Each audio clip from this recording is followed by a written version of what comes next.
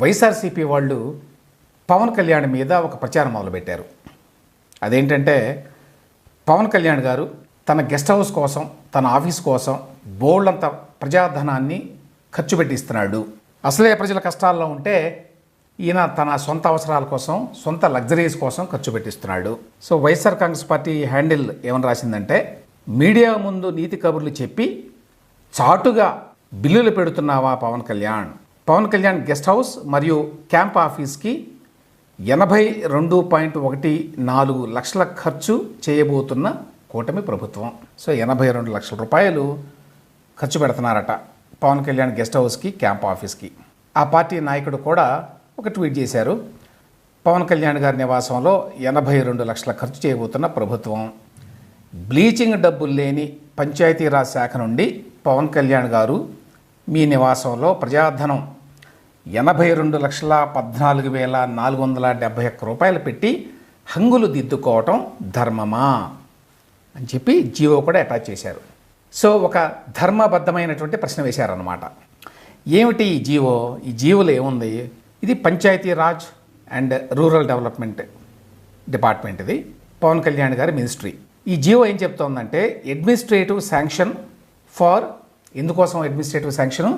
Providing housekeeping, manpower and security services for guest house and camp office and other conference halls at ground floor and first floor located at irrigation compound Vijayawada with an estimated cost of rupees 82,14,471 rupees. So orders issued. అది విషయం. ఇది ఎప్పటి నుంచి ఎప్పటి వరకు అనేది కూడా details ఇచ్చారు ఇందులో, జియోలో ఉంది. ఈ మెయింటెనెన్స్ ఎప్పటి నుంచి ఎప్పటి వరకు అంటే 1/7/2024 నుంచి 31/3/2025 వరకు అనమాట. 9 నెలల కాలానికి అని కూడా రాశారు. సో 9 నెలల కాలానికి మెయింటెనెన్స్ 82 లక్షలు. ఇక్కడ కీలకమైన పాయింట్ ఏమిటంటే, ఇదంతా కూడా పవన్ కళ్యాణ్ గారి సొంత అవసరాల కోసమా? ఆయన సొంత ఇంటి మీద పెడుతున్నారా ఈ ఖర్చు? ఆయన ప్రైవేట్ రెసిడెన్స్ మీద పెడుతున్నారా ఈ ఖర్చు? ఈ గెస్ట్ హౌస్, ఈ క్యాంప్ ఆఫీసు, ఈ కాన్ఫరెన్స్ హాల్స్ ఇవన్నీ కూడా ఎక్కడున్నాయి?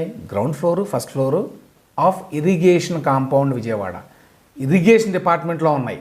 అదేమీ పవన్ కళ్యాణ్ గారి సొంత ఎస్టేట్ కాదు. అక్కడ ఖర్చు పెడితే ఆయన సొంత ఎస్టేట్కి వెళ్ళిపోతాయి అనుకోవడానికి. ఇది ప్రభుత్వ భవనం. ఆ ప్రభుత్వ భవనంలో దాని మెయింటెనెన్స్ ఖర్చు పెడుతున్నారు 82 లక్షలు, అది కూడా 9 నెలల పీరియడ్కి. కాబట్టి ఇది పవన్ కళ్యాణ్ గారి సొంత అవసరాల కోసం, ఆయన వ్యక్తిగత అవసరాల కోసం, ఆయన ప్రైవేట్ రెసిడెన్స్ కోసం పెడుతున్న ఖర్చు కాదు. ఇంత క్లియర్గా స్పష్టంగా అదే జీవోలో ఉంది. సీఎం ఆఫీస్ కావచ్చు, మంత్రుల ఆఫీస్ కావచ్చు, ఇవన్నీ కాదండి, డిపార్ట్మెంట్ హెడ్స్ ఉంటారు, హెడ్ క్వార్టర్స్ ఉంటాయి, వాటికి మెయింటెనెన్స్ ఉంటుంది, ఖర్చు ఉంటుంది, మ్యాన్ పవర్ ఉంటుంది, ఎయిర్ కండిషనింగ్ ఉంటుంది. అవన్నీ వాళ్ళ సొంత అవసరాలా? కాదు కదా, అది ప్రభుత్వ ఖర్చులో భాగమే.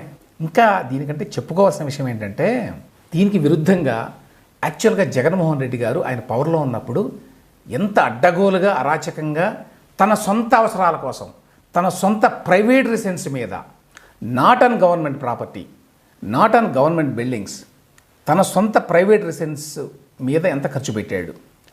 రూపాయి కాదు, 2 రూపాయలు కాదు. అధికారంలోకి వచ్చిన వెంటనే 2019లో 15 కోట్ల రూపాయలు శాంక్షన్ చేసుకున్నాడు తన ఇంటికి.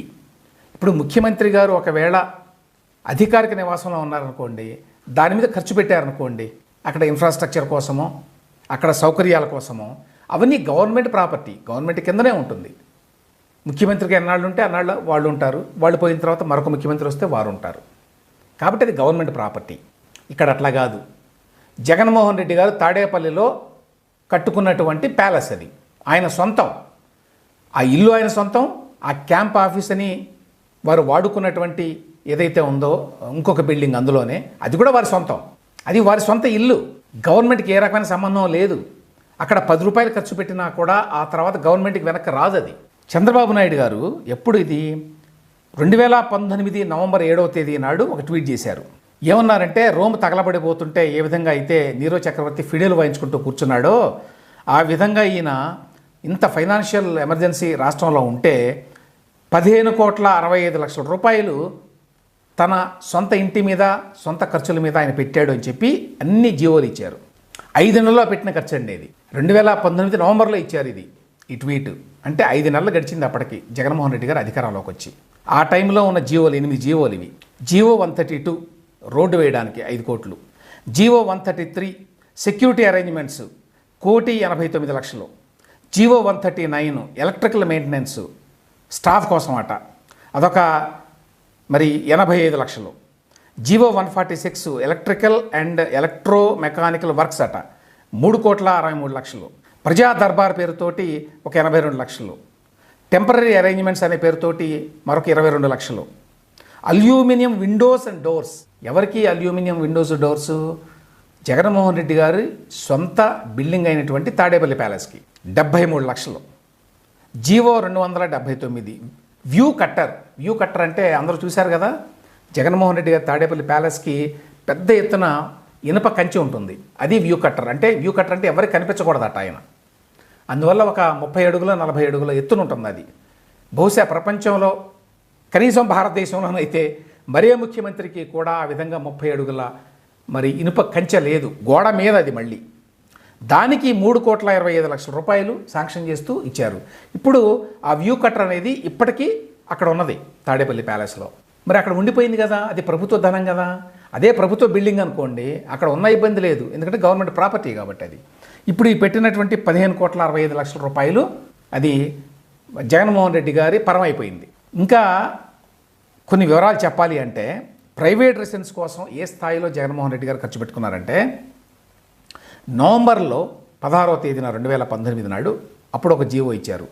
దాని ప్రకారం ఏంటంటే సోలార్ ఫెన్సింగ్ అంట, లైటనింగ్ ప్రొటెక్షన్ సిస్టమ్ అంట, సీసీటీవీ కెమెరాలట, ఎడిషనల్ ఎయిర్ కండిషనింగ్ అట, with top notch variable refrigerant volume system అట, ఏదో కొత్తది అనమాట, అత్యాధునికమైన సిస్టమ్. అది మొత్తం కలిపి 3 కోట్ల రూపాయలు శాంక్షన్ చేసుకున్నారు. ఆ వెంటనే 10 రోజుల తర్వాత మళ్ళీ 26 నవంబరు 2018 అప్పుడు 1.2 కోట్లు దేనికోసమయ్యా అంటే annual maintenance of CM camp residence in Tadepalli అన్నారు. సీఎం గారి క్యాంప్ రెసిడెన్స్ ప్రైవేట్ రెసిడెన్సా గవర్నమెంట్దా? Private residence. So private residence మీద 1,20,00,000 రూపాయలు ఖర్చు పెట్టారు. పవన్ కళ్యాణ్కి 9 నెలల పీరియడ్కి 82 లక్షలు అయితే ట్వీట్లు చేస్తారు, అఫీషియల్ వైఎస్ఆర్సీపీ హ్యాండిల్ నుంచి రాసేస్తారు ఏది పడితే అది. అది కూడా గవర్నమెంట్ ప్రాపర్టీ, ఆయన సొంత ఇంటి మీద కాదు ఆ ఖర్చు. ఇక్కడేమో ఆయన సొంత రెసిడెన్స్కి మెయింటెనెన్స్ పేరుతోటి 1.2 కోట్లు. ఇంకొక ఆర్డర్ ఇచ్చారట 39 లక్షలకి. దేనికి? ప్రొవైడింగ్ ఫర్నిచర్ అట. ఫర్నిచర్ కోసం.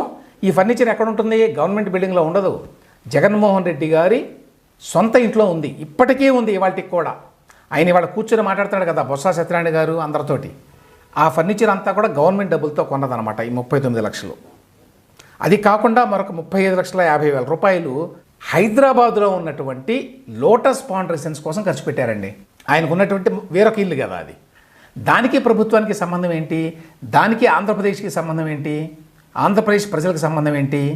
దేనికి వాడారు ఈ 35 లక్షల రూపాయలు లోటస్ పాండ్లో? అక్కడ already solar power fencing system ఉంటే దాన్ని స్ట్రెంగ్థన్ చేశారంట.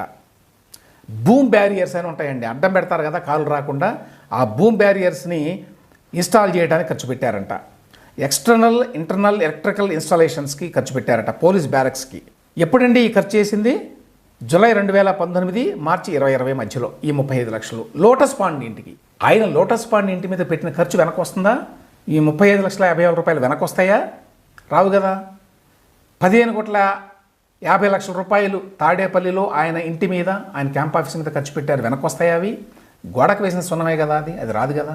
వేరేజ్ ఇక్కడ పవన్ కళ్యాణ్ గారి ఆఫీస్ మీద పెట్టిన ఖర్చు గవర్నమెంట్ మీద పెట్టిన ఖర్చు. అది గవర్నమెంట్ బిల్డింగ్, ఇరిగేషన్ కాంపౌండ్ అనేది గవర్నమెంట్ది.